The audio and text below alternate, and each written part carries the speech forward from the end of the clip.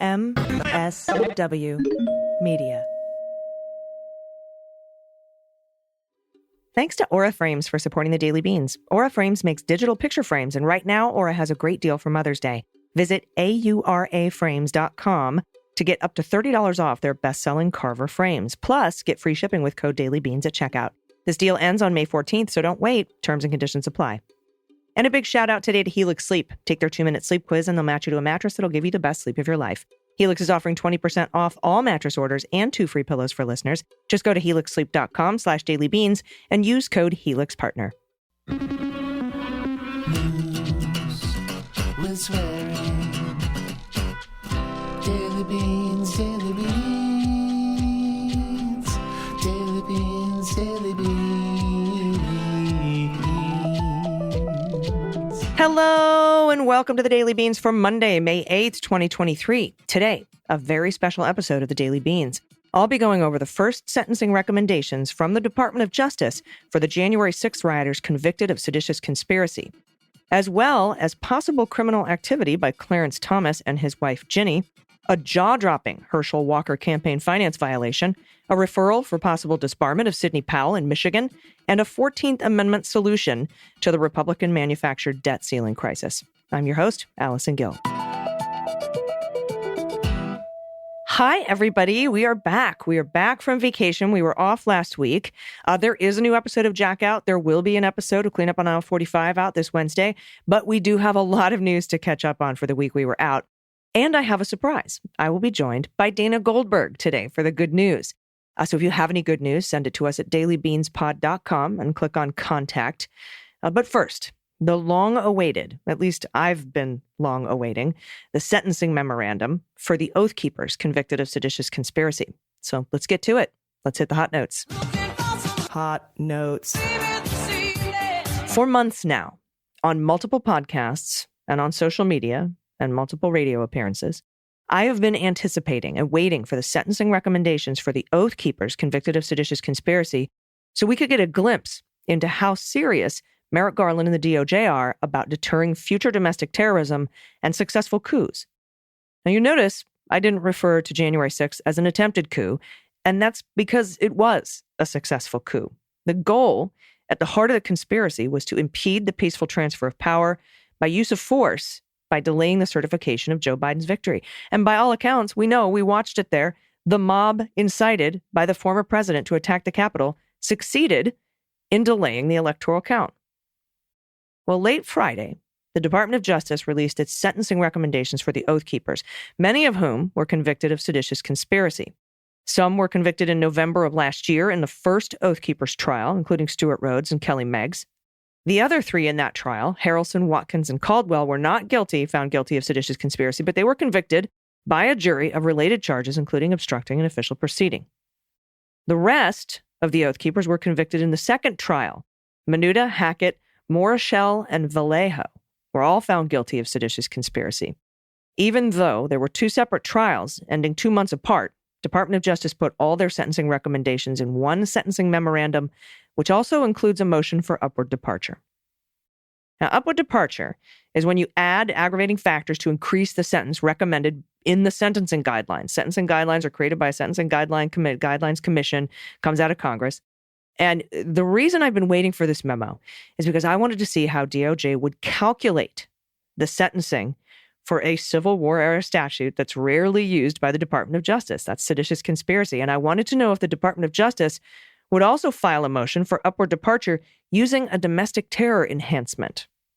And finally, I wanted to know if Department of Justice would recommend whether multiple counts of 20-year max sentences should run consecutively or concurrently. Meaning, if a defendant were found guilty of seditious conspiracy and obstructing an official proceeding, both which carry a 20-year max sentence, would DOJ ask for them to serve those sentences at the same time or back to back? Now, finally, I also wanted to look for any language that might hint at whether DOJ might consider seditious conspiracy charges for Donald Trump. I didn't really find any here. And I think that might be to remain neutral on it so as not to prejudice future juries if they do decide to charge Donald with seditious conspiracy. And as you know, I've been saying that they probably won't charge Donald with seditious conspiracy. They probably will just get him with 1512c2, obstructing an official proceeding. But we'll see. So far, Merrick Garland's DOJ in these cases has been very balls to the wall. Like, I'm really sort of blown away. As you know, if you've been listening to the Beans for a while, I was surprised they charged the Oath Keepers and the Proud Boys with seditious conspiracy. I thought it would be 1512c2 for that as well. So I wanted to look at that language, but I didn't really see that. Not really too many indications about how they might come down on the architects of the coup and the attack on the Capitol. I have the memorandum and motion for upward departure in front of me. I'd like to go over it with you and attempt to translate it into layman's terms. It's very long. Keep in mind, I am not a lawyer, but I'm pretty good at reading these filings and relaying the information. But lawyers listening, please feel free to send me any corrections to our website, dailybeanspod.com. Just click on contact and select correction. Because if I get any of this wrong in my interpretation, I really do want to know about it. I think it's very important what is in this memo. Now, the opening salvo in the filing, signed by the U.S. Attorney for the District of Columbia, Matthew Graves, reads like this. Quote, these defendants, this is how it starts. These defendants were prepared to fight, not for their country, but against it. In their own words, they were willing to die in a guerrilla war to achieve their goal of halting the transfer of power after the 2020 presidential election. As a co-conspirator recognized, their actions made these defendants, quote-unquote, traitors.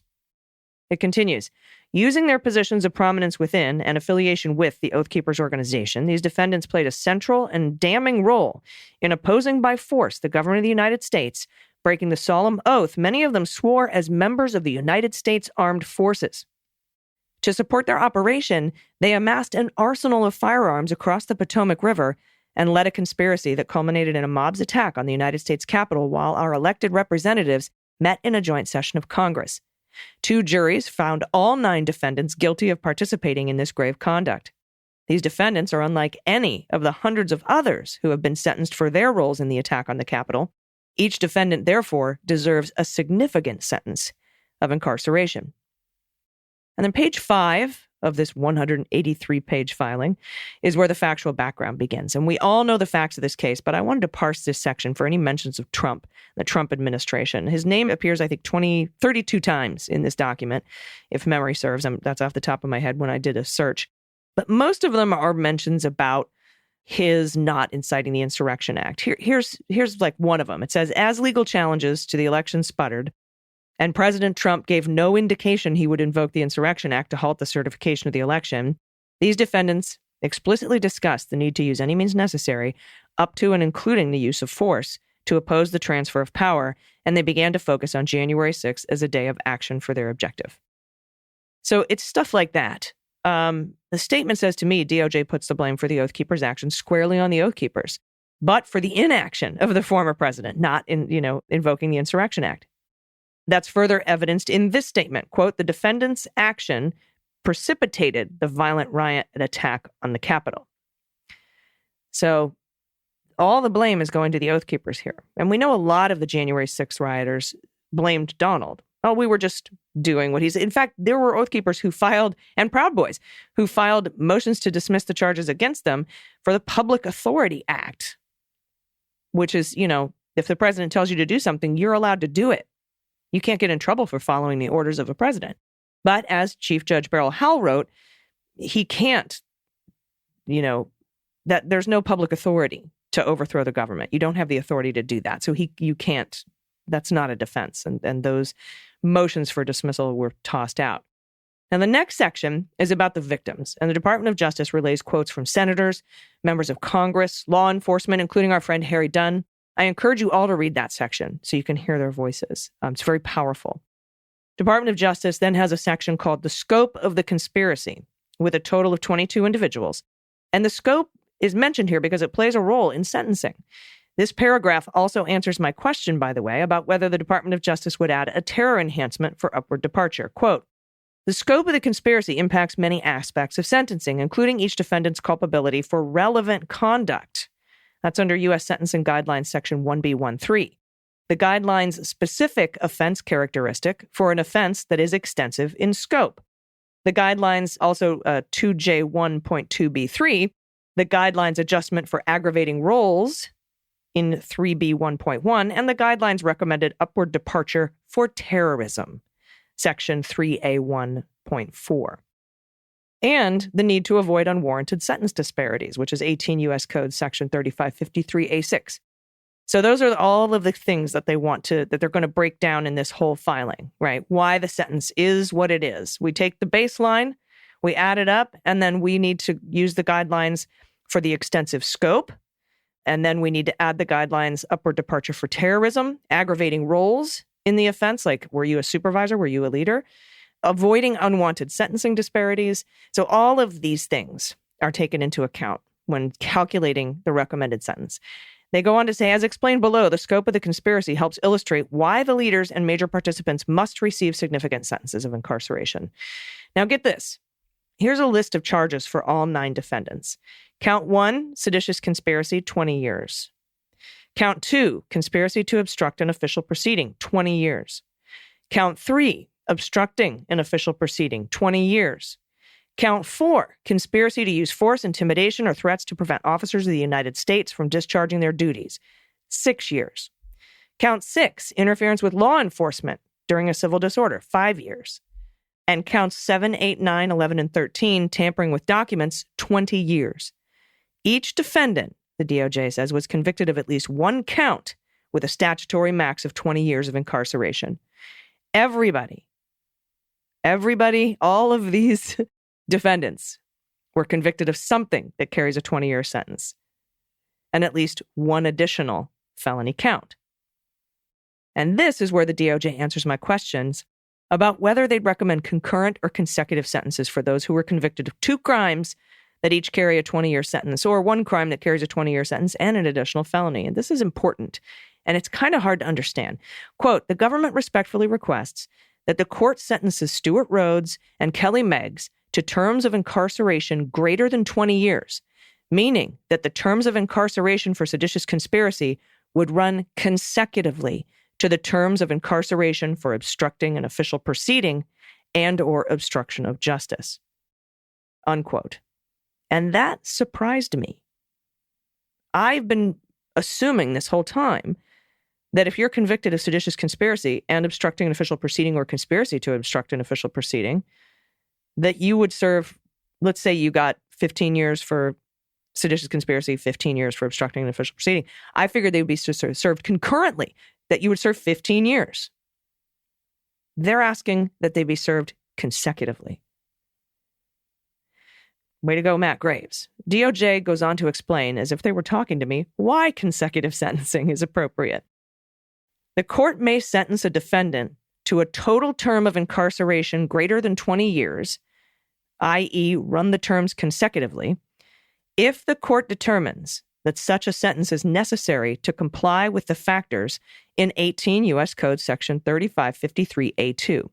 That is, to reflect the seriousness of the offense, to promote respect for the law, to provide just punishment for the offense, to afford adequate deterrence to criminal conduct, and to protect the public from further crimes of the defendant.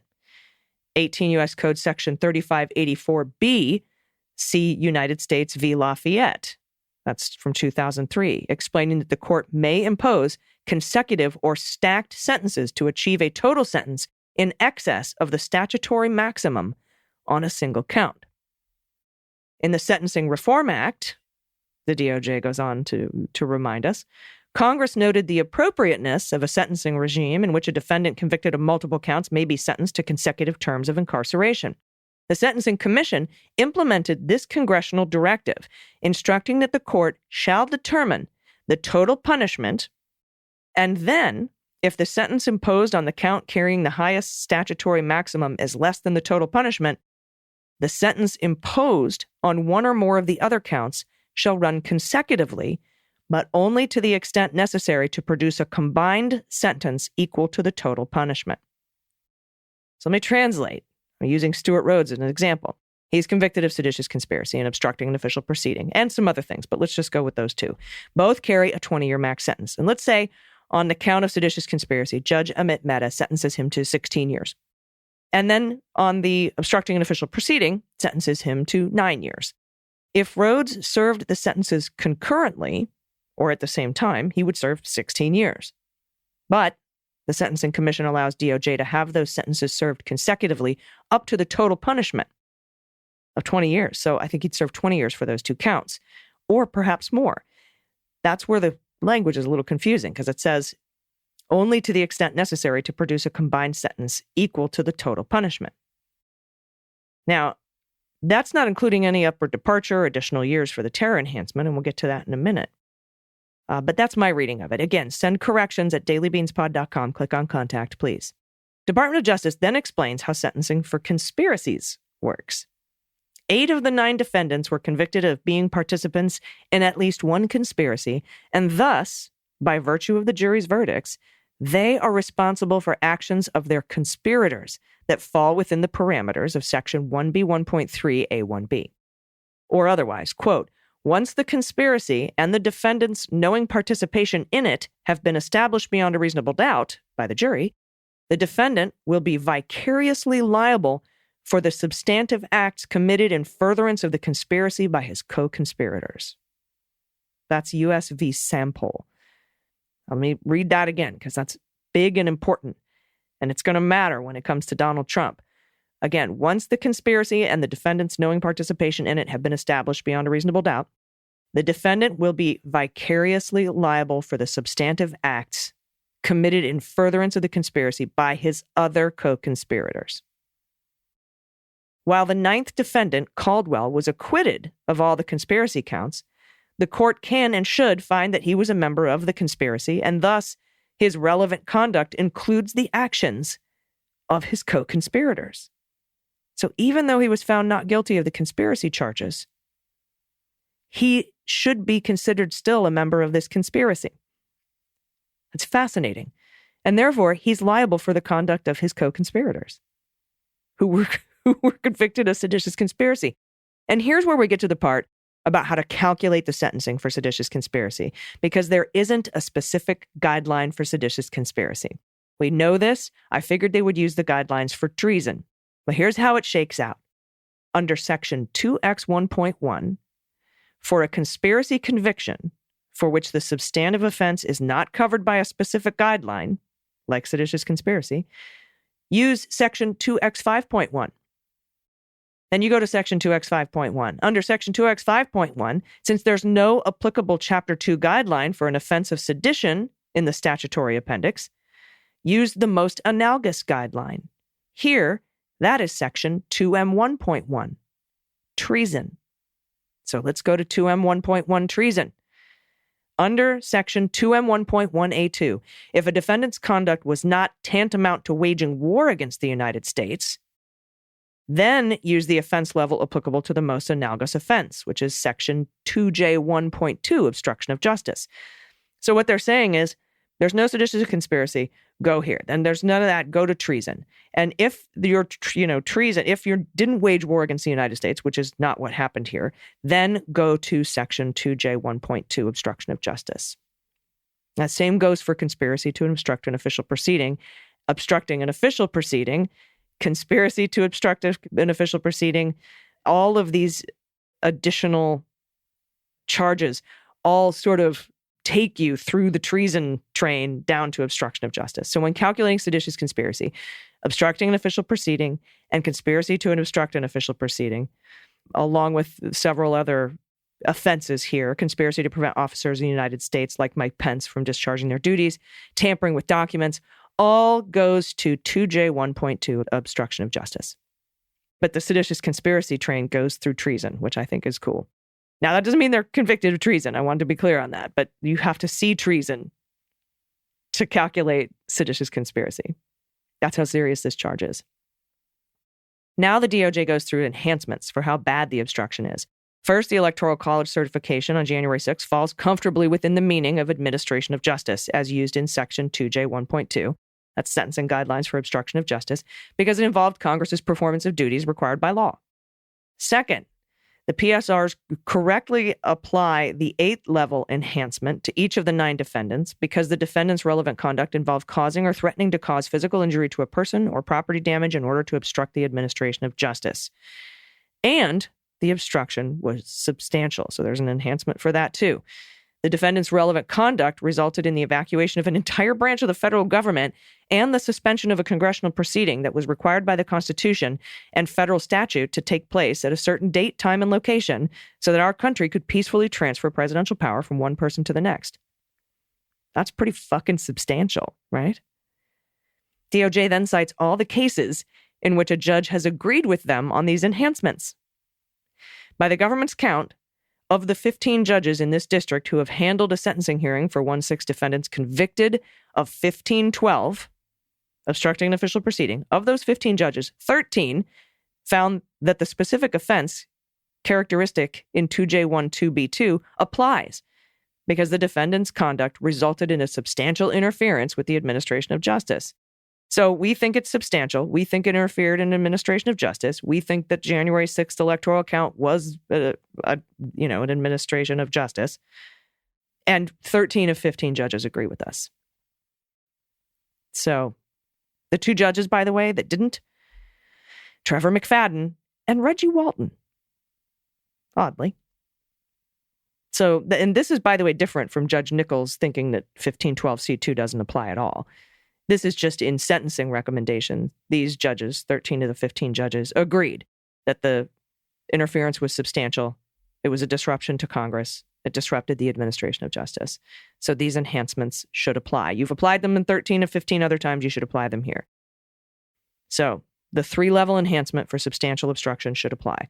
Then they argue the 2-level enhancement for the scope, planning, and preparation should apply. And when I say 3-level and 2-level, there's a whole chart, like a guideline thing that says, you start at 27, add 2 to 30, add 3, you get to 33. And then you look at 33 and you see what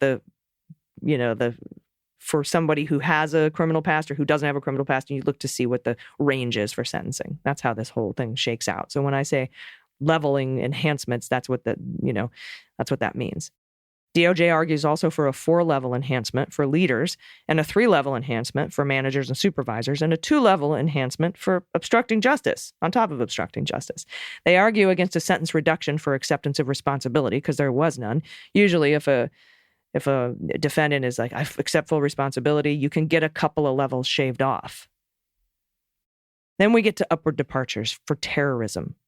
An upward departure under Section 3A1.4, Note 4, we call this Note 4, is warranted for all 9 defendants whose relevant conduct was, quote, calculated to influence or affect the conduct of government by intimidation or coercion or to retaliate against the government's conduct. All 9 defendants were active participants in a sweeping conspiracy to oppose by force the lawful transfer of presidential power. That is why this is a terroristic act. And now we move into the narrative in a section called Need for Sentence Imposed to Reflect the Seriousness of the Offense and Promote Respect for the Law. This is the narrative part. And here the DOJ writes, for over 200 years, since President George Washington first voluntarily relinquished his executive power back to the people and set in motion a tradition that has formed the bedrock of our democracy, the American people have chosen their president through free and fair elections, not force. To justify their actions, the conspirators here called the outcome they disagreed with tyranny that would lead to an apocalyptic end to the country. They sowed doubt in others, riled up and recruited them to travel to D.C., and led them in an attack on the Capitol by giving the riot leaders in the form of so-called oath keepers. Their oaths of service were not to the country, but to themselves. The attack on the U.S. Capitol on January 6th was a criminal offense unparalleled in American history. It represented a grave threat to our democratic norms. Indeed, it was one of the only times in our history when the building was literally occupied by hostile forces. By its very nature, the attack defies comparison to other events. Every defendant here joined a conspiracy that contributed to this unprecedented attack on our democracy. Moreover, opposing the transfer of presidential power and attacking the U.S. Capitol building and grounds constitutes an attack on the rule of law. Leading up to January 6th, the defendants and their co-conspirators believed their view of the Constitution trumped all others and anointed themselves the guardians of their republic. Republic is in quotes. These defendants attempted to silence millions of Americans who had placed their vote for a different candidate. to ignore the variety of legal and judicial mechanisms that lawfully scrutinize the electoral process leading up to and on January 6th, and to shatter the democratic system of governance enshrined in our laws and our Constitution. And when they did not get what they wanted, they acted by together attacking the very people and place at the very time when those laws were in action. At its essence, these defendants' crimes are the antithesis of respect for the law. As with the nature and circumstances of the offense, this factor supports a lengthy sentence of incarceration. A lesser sentence could encourage further abuses, not only by these defendants, but by others who disagree with the next elections in our country's local, state, and federal governments. Very, very, very well written. Then we get on to deterrence. Here, the need to deter others is especially strong because these defendants engaged in acts that were intended to influence the government through intimidation or coercion. In other words, terrorism. They say it again. And they were leaders of such efforts. Because these defendants not only contributed to the attack on the Capitol, but helped organize it, their sentences will be noted by those who would foment such political violence in the future. Their sentences will be noted by those who would foment such political violence in the future. And finally, the need to avoid sentencing disparities, another consideration. The crimes these defendants committed are unlike any others that this court or other judges have addressed with respect to the attack on the Capitol January 6th. Rather, these crimes align much more closely with the acts of terrorism for which other courts have imposed lengthy sentences in other seditious conspiracy cases. You can't treat this like somebody was trespassing and parading. This is seditious conspiracy. Then we get into the maths. All right. I'll go through just the Stewart Rhodes one. I'm not going to go through all 9, but this is very fascinating. This is how they calculate his sentence. They begin on page 82, and I'm just going to read it here. The analysis below details the facts specific to each defendant, including those facts that support the application of the guidelines, Chapter 3 adjustments, and the terrorism departure under Note 4. As explained above, the conspirator's relevant conduct supports application of each of the Chapter 2 specific offenses characteristics to each defendant. They're all guilty of all the stuff because they were all in the same fucking conspiracy. I added that part. And therefore will not be repeated below. Addressed below are the defendant-specific facts that support the application of certain specific offenses characteristic in addition to the generally applicable relevant conduct. To the extent applicable, these individual analyses also address the factors under Section 3553A, including the history and characteristics of each defendant. That's like their history, do they have a rap sheet? And Section 3553A1, the need for the sentence to provide a just punishment. And 3553A2A, the need for a sentence to protect the public from further crimes, including deterrence. That's 3553A2B and C. All right, so Stewart Rhodes. Rhodes led a conspiracy to oppose by force the lawful transfer of power following the 2020 presidential election. He exploited his vast public influence as the leader of the Oath Keepers and used his talents for manipulation to goad more than 20 other American citizens into using force, intimidation, and violence to seek to impose their preferred result on a U.S. presidential election. The conduct created a grave risk to our democratic system of government and must be met with swift and severe punishment. A 25-year sentence is compliant with the sentencing guidelines and necessary to satisfy the factors this court must consider under 18 U.S. Code Section 3553A in imposing a sentence. Base level offense for seditious conspiracy is 14. They want to add 8 for physical injury and property damage. These are levels, by the way. They want to add 3 for substantial interference due to administration of justice, which I talked about. They want to add 2 for the extensive scope and planning and preparation. They want to add 4 for an aggravating role of being the leader of the organization. And they want to add 2 to the level for obstruction of justice. That is a level of 33. That's the total, okay, on count 1, okay? Count 3, obstructing an official proceeding. 14, again, is the base, because we all have to go, you know how I said we go through treason and then we go down to obstruction of justice. That starts at base level 14. Add 8 for the property damage and physical injury. Add 3 for the substantial interference and due to administration of justice. Add 2 in extensive the scope, and then add 4 for being the leader, and then add 2 for obstruction of justice. Again, 33. Then count 7, tampering with documents, is a base of 14. Add 3 for substantial interference, and add 2 it's an especially probative record that they destroyed. That gives you a total of 21. And so you cross-reference that to the base level offense of 21, and you get 21. All of these counts group together. Accordingly, the total adjusted offense level for Rhodes would be the highest of the offense levels for the 3 counts, which is 33. Right? Because you have 33, 33, and 21. So this is a group, so the highest is 33 for these, because we group them together. The government submits an upward departure of 6 levels, as warranted under Note 4, for the degree to which Rhodes' offense conduct was calculated to influence the effect of government. This is the terrorism Note 4 enhancement. And Rhodes deserved no credit for accepting responsibility, which would bring the defendant's offense level to 39 for a recommended sentence of 21.8 to 27.25 years. So the government recommends 25, just above the midpoint of that range. So that's how they get it, if that makes sense. And then they have additional factual support, and they go through this for every single defendant. And that's why this is 183 pages long. So conclusion, it says at the end, for the reasons said above, the government recommends the court impose a lengthy sentence of imprisonment for each defendant, specifically Stuart Rhodes, 25 years, Kelly Meggs, 21 years, Jessica Watkins, 18 years, Roberto Minuta, 17 years, Edward Vallejo, 17 years, Kenneth Harrelson, 15 years, Thomas Caldwell, 14 years, Joseph Hackett, 12 years, and David Morishall, 10 years. Now, the judge in this case is Judge Amit Mehta. He recently sentenced a rioter to 14 years after DOJ recommended 24 years. If I had to guess, I think Mehta will give Rhodes right around 20 years, maybe even more, but perhaps not the full 25 years recommended. We'll see how it shakes out. Judges can also go over what the recommendations are from the Department of Justice. All right, I'm going to take a quick break here. I will be right back with more news that we missed while I was gone. Stick around. After these messages, we'll be right back. Hey everybody, it's AG. As you know, I used to toss and turn throughout the night, never able to find a comfortable position on my old mattress. I decided to try out the Helix mattress after hearing so many rave reviews from friends and family, and all my sleep problems disappeared.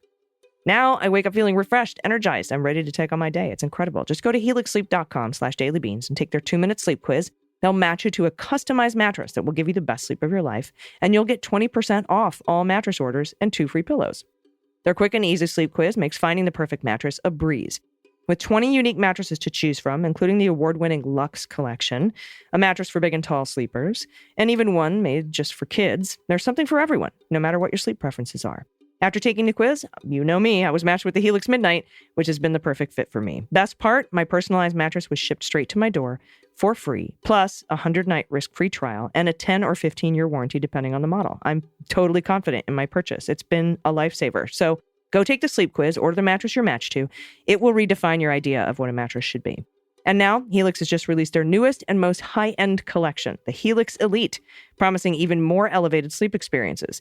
Say goodbye to traditional mattress shopping and hello to a better night's sleep with Helix Sleep. Helix is offering 20% off all mattress orders and 2 free pillows for listeners. Go to helixsleep.com/dailybeans and use code HelixPartner. This is their best offer yet, and it won't last long. With Helix, better sleep starts now. All right, everybody, welcome back. There was so much other news. I had to cover it with you. I know it's going to be a little bit of a long show, but it's a very special Daily Beans. First up, from ProPublica. In 2008, Clarence Thomas decided to send his teenage grandnephew to Hidden Lake Academy, a private boarding school in the foothills of northern Georgia. The boy, Mark Martin, was far from home. For the previous decade, he'd lived with the justice and his wife in the suburbs of Washington, D.C. for a decade. Thomas had taken legal custody of Martin when he was 6 years old, and had recently told an interviewer he was raising him as a son. Tuition and boarding at the school ran more than $6,000 a month. But Thomas didn't pay the bill. A bank statement for the school from July 2009, buried in unrelated court filings, shows the source of Martin's tuition payment for that month, the company of billionaire real estate magnate Harlan Crow. The payments extended beyond that month, according to Christopher Grimwood, a former administrator at the school. Crow paid Martin's tuition the entire time he was a student there, which was about a year. That's what Grimwood told ProPublica. Harlan picked up the tab, he said. He got to know Crow and the Thomases and had access to school financial information through his work as an administrator.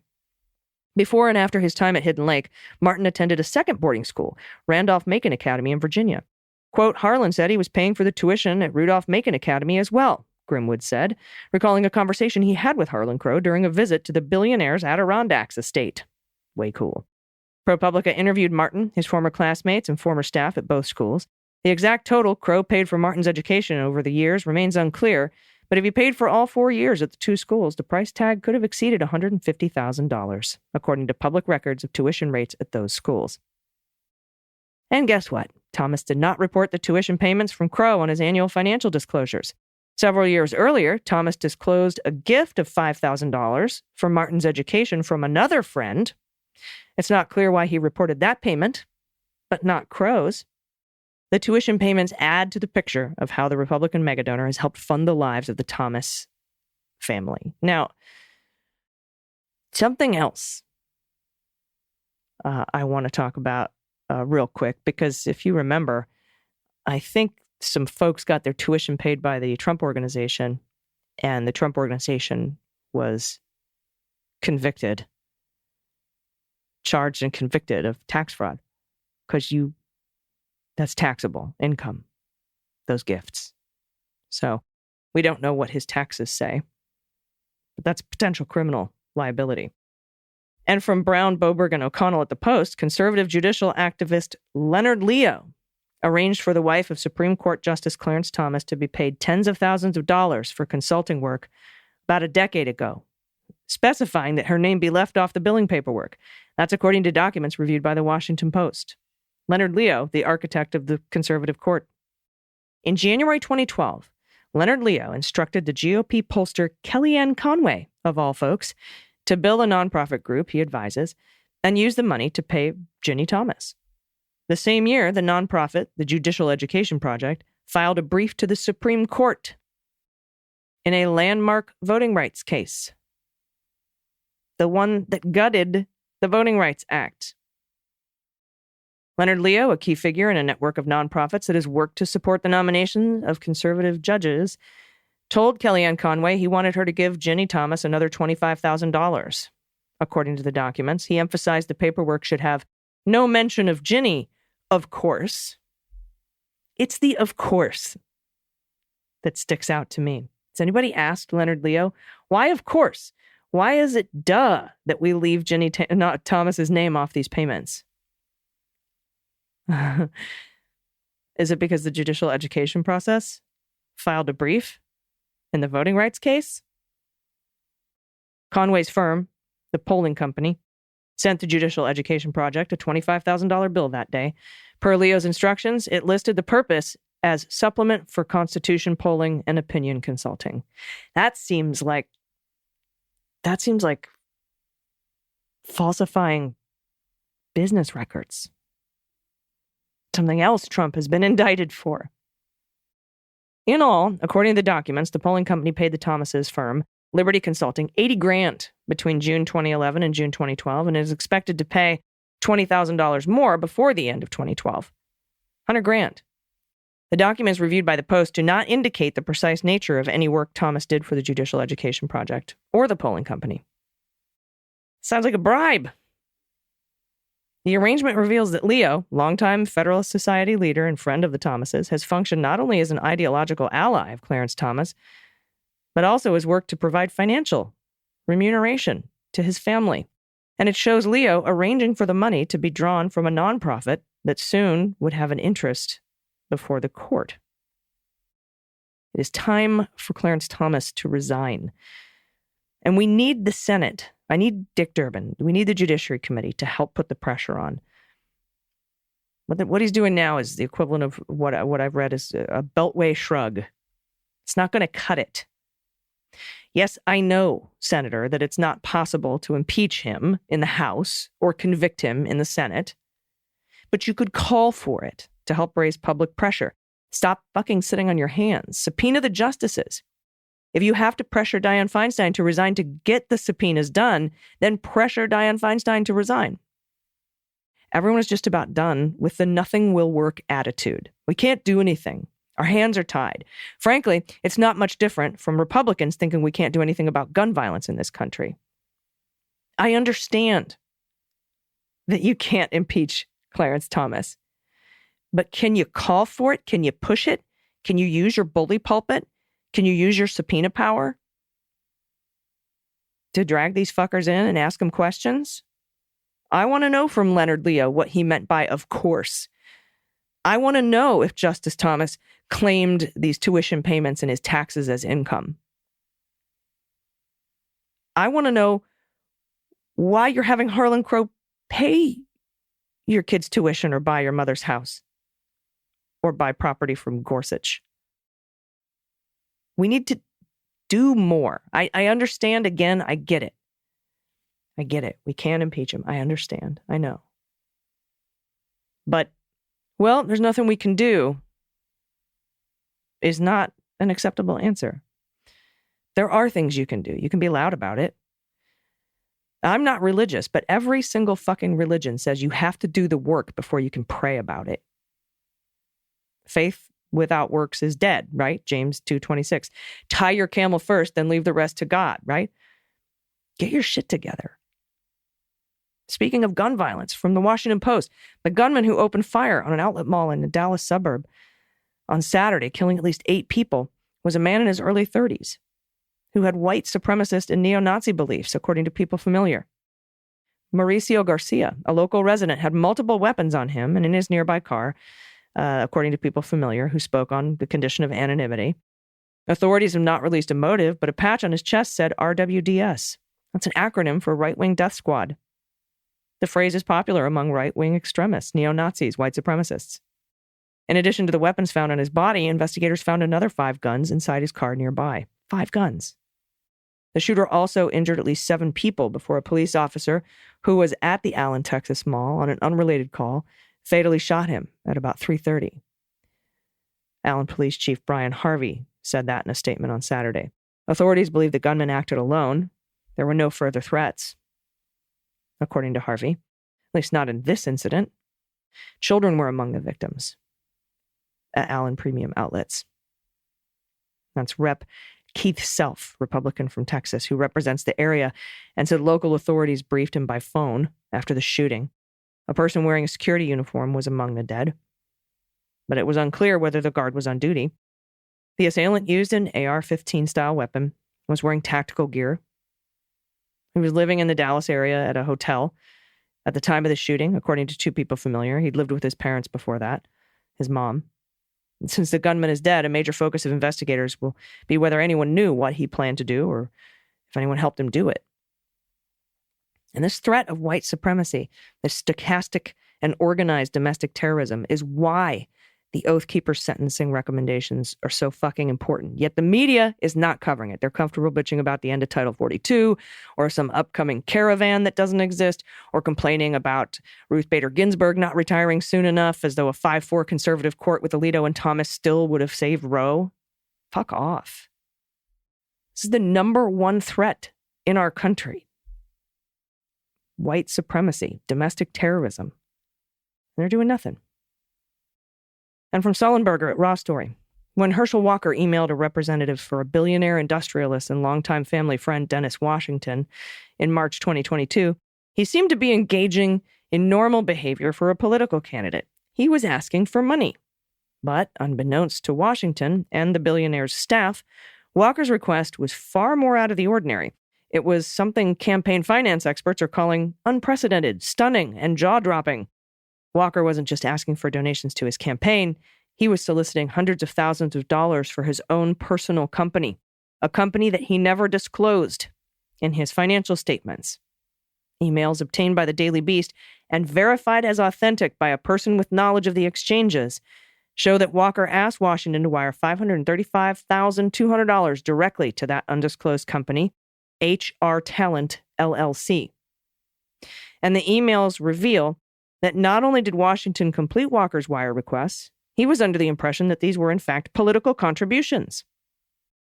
In the best possible circumstances, legal experts told the Daily Beast the emails suggest violations of federal fundraising rules. In the worst case, they could be an indication of a more serious crime such as wire fraud. That carries a 20-year max sentence, defrauding donors. Same thing Jack Smith is looking into over at the Save America PAC.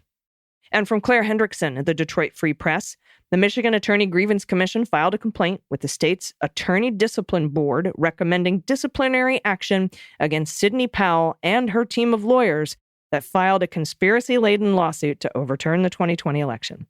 A federal judge in August of 2021, and we know this, we reported on it extensively, found that the attorneys abused the legal system to damage voters' faith in the election system. That order imposed sanctions on the attorneys and referred them to the Michigan Attorney Grievance Commission and other attorney disciplinary authorities for possible suspension or disbarment. Powell's lawsuit mirrored others to thwart the will of the voters in battleground states won by Joe Biden, calling it part of a legal strategy that would release the Kraken. Former President Trump repeated the false claims leveled in the lawsuit in the wake of the 2020 election. In addition to Powell, the Kraken lawyers referred to Attorney Discipline Board for possible disciplinary action are Gregory Rohl, Hagerstrom, Stephanie Gentilla, Julia Haller, Brandon Johnson, Emily Newman, Howard Kleinhendler, and Lynn Wood. Hagerstrom, Gentilla, and Rohl are currently licensed to practice law in Michigan. The State Bar of Texas previously attempted to discipline Powell, but a Texas judge dismissed the disciplinary case because it was numbered wrong. Among the alleged misconduct laid out in the complaint from the Attorney Grievance Commission dated May 1, just a few days ago, the attorneys are accused of bringing or defending a proceeding or asserting or controverting an issue therein where the basis for doing so is frivolous and engaging in conduct that is contrary to justice, ethics, honesty, or good morals. That's that turpitude part, right? In response to complaints filed by the Attorney Discipline Board, the board will appoint a 3-person panel of volunteer attorneys to hear the matter, according to the Michigan Grievance Commission's website. The panel will determine whether the attorneys named in the complaint engaged in misconduct. The panel can then decide what disciplinary action to take, such as reprimand, suspension, disbarment, or probation.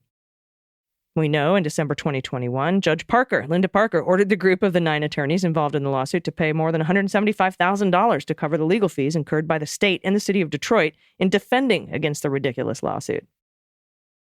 Powell and her team of lawyers have appealed those sanctions. The matter is pending before the 6th Circuit. The appeals court previously denied requests from Powell and some other lawyers to skirt continuing legal education imposed by the lower court. They didn't want to have to take those extra classes on how to file a fucking pleading. But with the deadline to complete that coursework looming, Powell and 5 other sanctioned lawyers argued the requirement infringed on their First Amendment rights and asked the appeals court to suspend the requirement.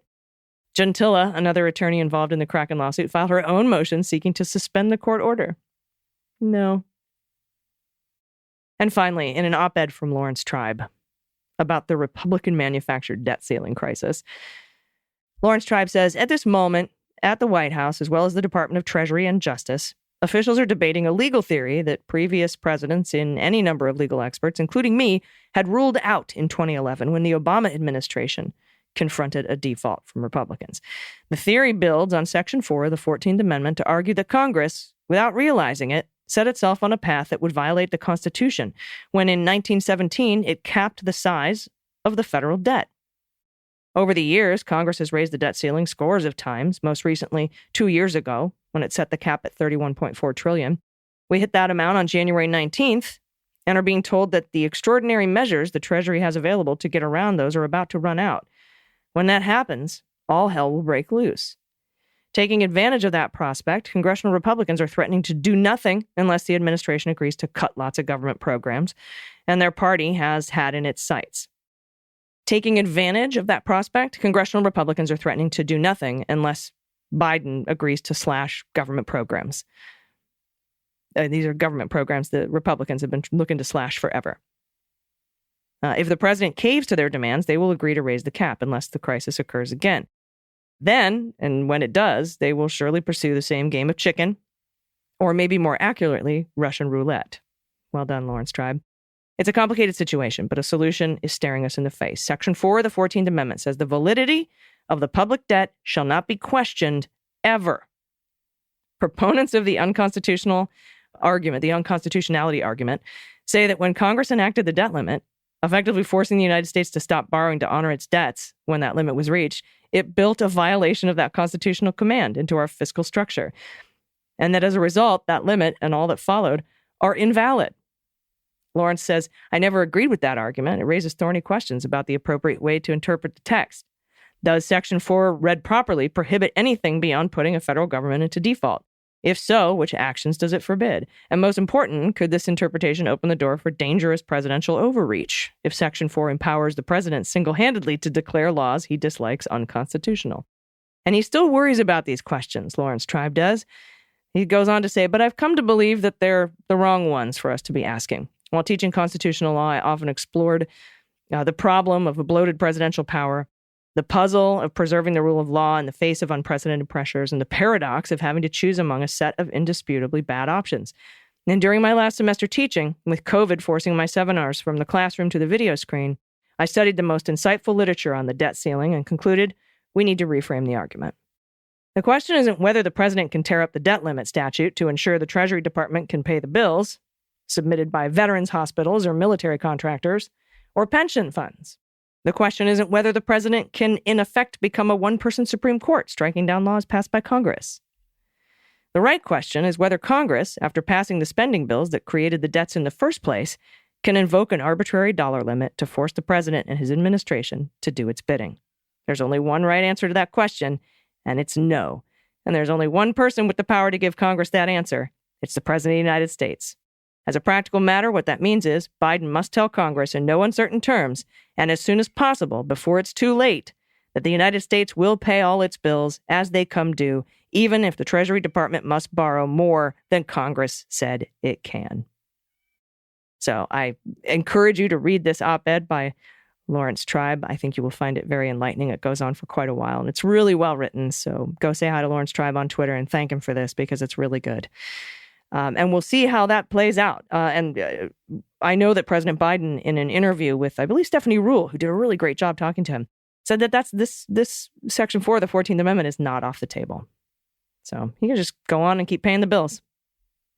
And now there's a lot of other breaking news this week that we missed on the special counsel investigation, which you can hear in the current episode of the Jack podcast.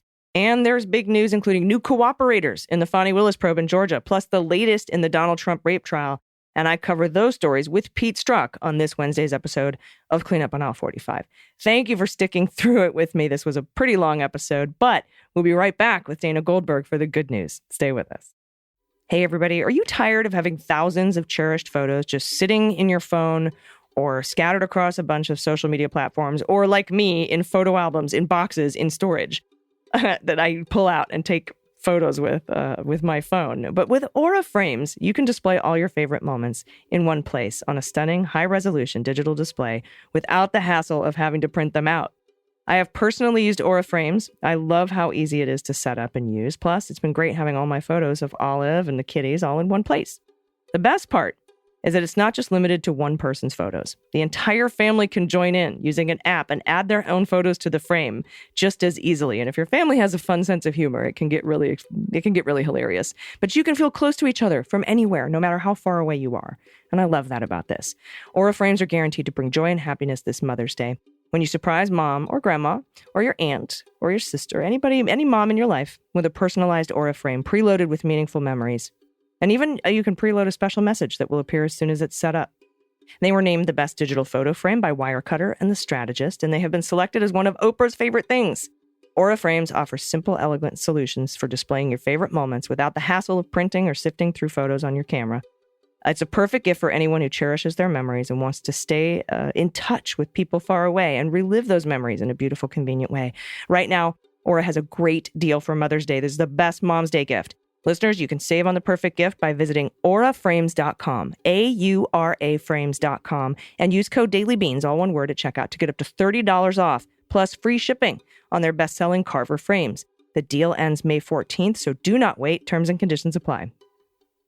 Everybody, welcome back. It's time for the good news. Who likes good news, everyone? Then good news, everyone.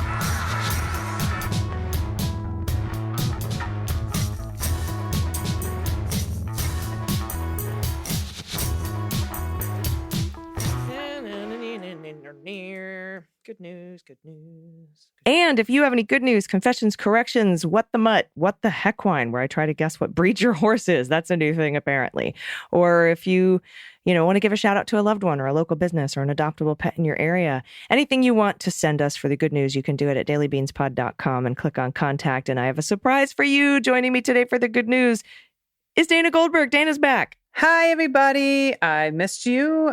AG, I missed you very much. And listen, I'm just here for the good news because AG put a lot of work into a show that she didn't know I'd be back for. So I'll be back in your ears for the full beans tomorrow. But let's hit some good news stories. I could use it because shit, as we know, is not good right now. So let's put it right in our veins. Some good news.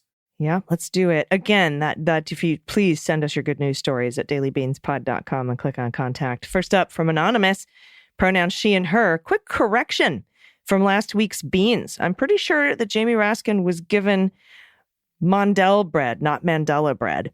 It's not a South African leader or geometric configuration of symbols, configuration of symbols. It's a delicious dessert treat, not Mandela. It's a loaf-shaped, sliced, pecan-flavored shortbread, often described as Jewish biscotti. It's absolutely scrumptious. I'd be happy to send you some if I knew the address to send it to. It's seriously delicious. Hope everyone enjoys the week off. I'm taking the week off too, and the following one, and the one after that, my first 3-week vacation. For Pod Pet Tax, in addition to my Tuxie Ishtar, I'm sharing a sunset and a moonset, both taken a few steps outside my back door. Enjoy. Look. Aww. Also, these are incredible photos. Yeah, they really are. Look at Ishtar. Oh, what a Ishtar's baby. Was this a feral? Kitty. Before, he's got a little clip on his ear. But what a beautiful baby. But yeah, gorgeous photos. Gorgeous, gorgeous. All right. This next one is from Kay, pronouns she and her. Hey, Queens of the Beans. Just wanted to send a pic of my grandcat who totally snubbed the tape box challenge. Here is the Empress stating in no uncertain terms that she knows the difference between 1 and 3 dimensions. Thanks for keeping the news palatable, Kay. Look at the baby. Oh, my God. That is a smile if I've ever seen one on a cat, and I've never seen one on a cat, so I'm pretty sure that's a smile. That's so adorable. Either that or it's like just the pre-yawn stages of a cat. But don't thank take you for my that, joy. Kay. That is a smile on a cat. I will not. Never mind. You're right. The cat is smiling. Do you want to take the next one too? I'm happy to. This is from Anonymous, no pronouns given. I don't know if this is good news or not, but sharing nonetheless because I thought it was super interesting. As context, I want to say thank you for the recommendation of Long Shadow. It is fascinating as a backgrounder. Law & Order is one of my comfort shows, and I often choose an episode at random to watch if I can't think of anything else to watch. Last night, I chose one at random from Season 8, Episode 5. It was about a discovery of a right-wing militia. It brought the current state of affairs, the topics covered in Long Shadow, such as Waco and my 90s nostalgia, all back together. It also reminded me that while we are in wild times, we definitely had fair warning. Anyway, the episode is called Nullification, if you're interested in watching it in whatever you get your oldies but goodies. Yes, oldies. I was, Dana, I was flipping through channels the other night and Turner Classic Movies was playing Edward Scissorhands. And I was like, excuse me. I thought this was for The Way We Were in Casablanca and shit. Why are we showing Edward Scissorhands on Turner Classic Movies? I know, because we're old. Because we're old and the young generation thinks that's a classic. It is. I mean, we're further away from Edward Scissorhands than Edward Scissorhands was from The Way We Were. So that is very fine. Very well. And we're older than we were. We're not old. I'm going to get a correction. So we're older than some of the people watching Edward Scissorhands. That was my favorite movie, by the way, Edward Scissorhands. All right, next up from Mitch, pronouns he and him. Ladies of the Legumes, been listening since the beginning of the post-kitchen table era, and you've become my primary source for news each morning. Your stories and advocacy have given me courage to start to get involved in local politics. I signed up for the speakers list at our town council meeting this week for the first time ever, encouraging our local officials to remember that civility, cooperation, and conversation are essential to community. I also raised concerns about a particular item on the agenda. When we got to the part of the agenda, that particular part, a female member of the town council raised similar concerns, and the mayor instructed her to calm down and relax. Oh, boy. Good thing you didn't go for the trifecta and tell her to take a deep breath. Needless to say, I now have a new hobby, and I will be speaking at every town council meeting for the foreseeable future. For Pod Pet Tax, I present Lucy, a lab corgi mix that the internet says we can all call a corgador, and Kevin, the cuddliest pitty in the world. Both are rescues through Pet Connect Rescue. That's petconnectrescue.org. We adopted Lucy and foster failed on Kevin. These two bring so much joy to our lives each day. Look at these guys. Oh, the babies in the sunshine. Oh, so lovely. Beautiful. All right, AG, thank you. All right, this next one's from Nikki, pronouns she and her. Hello, Beans Queens. I want to start off saying that your show is an absolute staple in my daily routine. I know many more listeners have a routine of their own and more of a reason to share this information. My husband received a robocall yesterday from the American Breast Cancer Coalition. At first, it sounded like a great charity, and I was ready to donate, up until the part where the caller said it was for a PAC. She went on to say that they are raising money to, quote, support legislators who will fight for fast-track approval of life-saving breast cancer treatment drugs to the FDA. My husband then asked if any of the money was donated to Republican or GOP candidates. There was a moment of silence from the caller. Then she continued with the script, reading, and he asked the same question again. She quickly answered with, I will put you on the DNC do not call list. Have a nice day. Oh. Yeah. This blew my mind. Luckily, my husband was already aware of these scam calls because he received a similar call for police reform a week ago. And that was also another PAC and ended with the same result. Please let the listeners know so they can be aware because they are targeting Democratic voters appearing to be progressive. Holy shit. We'll include a link in the show notes to the Open Secrets page with more information about that PAC, by the way. And that it's a long hashtag. So, AG, how do you want to do that? Just with the link's going to be in the notes? Yeah, we'll just put the link in the notes. You got it. And by hashtag, I don't mean that. I mean, it's a link. AG and DG, you are both amazing human beings, and I love all and everything you do for society. I've attached a copy of one of my naked babies, Dale, because he's not camera shy like his brother, Chip. Look at the naked cat. Yeah, naked cat. Oh, yeah, just sprawled out. Oh, my goodness. That's a long boy. Amazing. So cute. Thank you for that. Yeah, wow. That has to be fraud. Jesus. You would think so. Yeah, one would think so. All right, next up from Brian, a confession. Hello, Beans Queens, longtime listener, second-time submitter. I have something I need to share, which is driving me nuts. Every time I listen to Cleanup and the intro starts with Garland saying the rule of law, all I can think about is that he sounds like the priest in The Princess Bride. Marriage! I don't know what made me think of it, but I can't stop laughing every time it starts. I hope you had a great vacation. Great, Brian. You just made us all. Now we're all going to do that. The rule of knowledge is not just some lawyer's turn of phrase.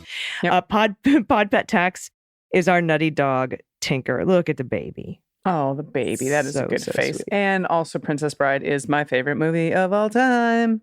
Yeah, I would love to hear stories about that, where you say something differently or think something differently because of some pop culture reference. Because, you know, back when I was doing stand-up comedy, Dana, I had a joke about when I was trying out for Jeopardy, and I was losing miserably, right? Because you take the test, and then you take a longer test, and then they do a mock game to make sure that you can, you know, interact with other people, because, you know, a lot of smart people like me aren't very good at it. And so I was going into, you know, double Jeopardy, and I was losing. So I got to pick first, and I was like, you know what? I'm just going to fuck with them. I'm just going to be like, whatever. So I said, I'll take presidents for 400. And they are like, okay. He commanded the First Continental Army. And I buzzed in and I said, George Washington.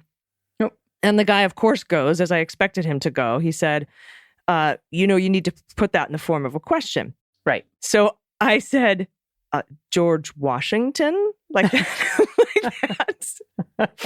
And so now every time I hear George Washington, and I've gotten emails over the years of people who say every time I hear George Washington, it's always George Washington, like that. And so that's what now we're going to hear Merrick Garland as marriage, and I'm not going to be able to unhear it. So if you have any experiences like that, I would love to hear about it. You can send it into the good news at dailybeanspod.com and click on contact. Do you have any final thoughts before we get out of here, Dana? I mean, no, other than hug your loved ones. Things are crazy right now, and it is good to be home.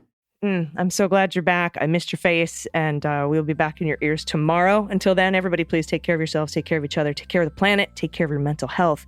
Vote blue over Q. And take everyone with you. I've been AG. And I've been DG. And them's the beans.